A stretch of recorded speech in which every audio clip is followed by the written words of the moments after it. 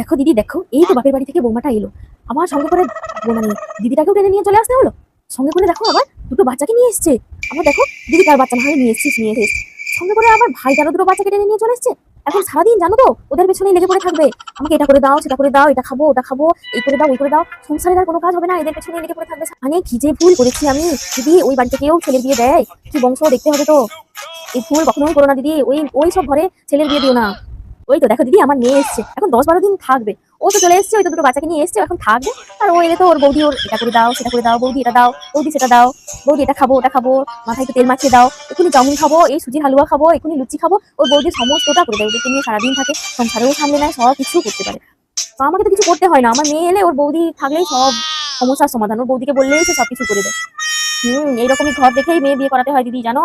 এই মেয়ে কি বংশের মেয়ে জানো তো, ভালো জাতের মেয়ে। এই ঘর দেখেই ছেলের বউ করাতে হয়। লক্ষ্মীবন্ত বৌমা আমার।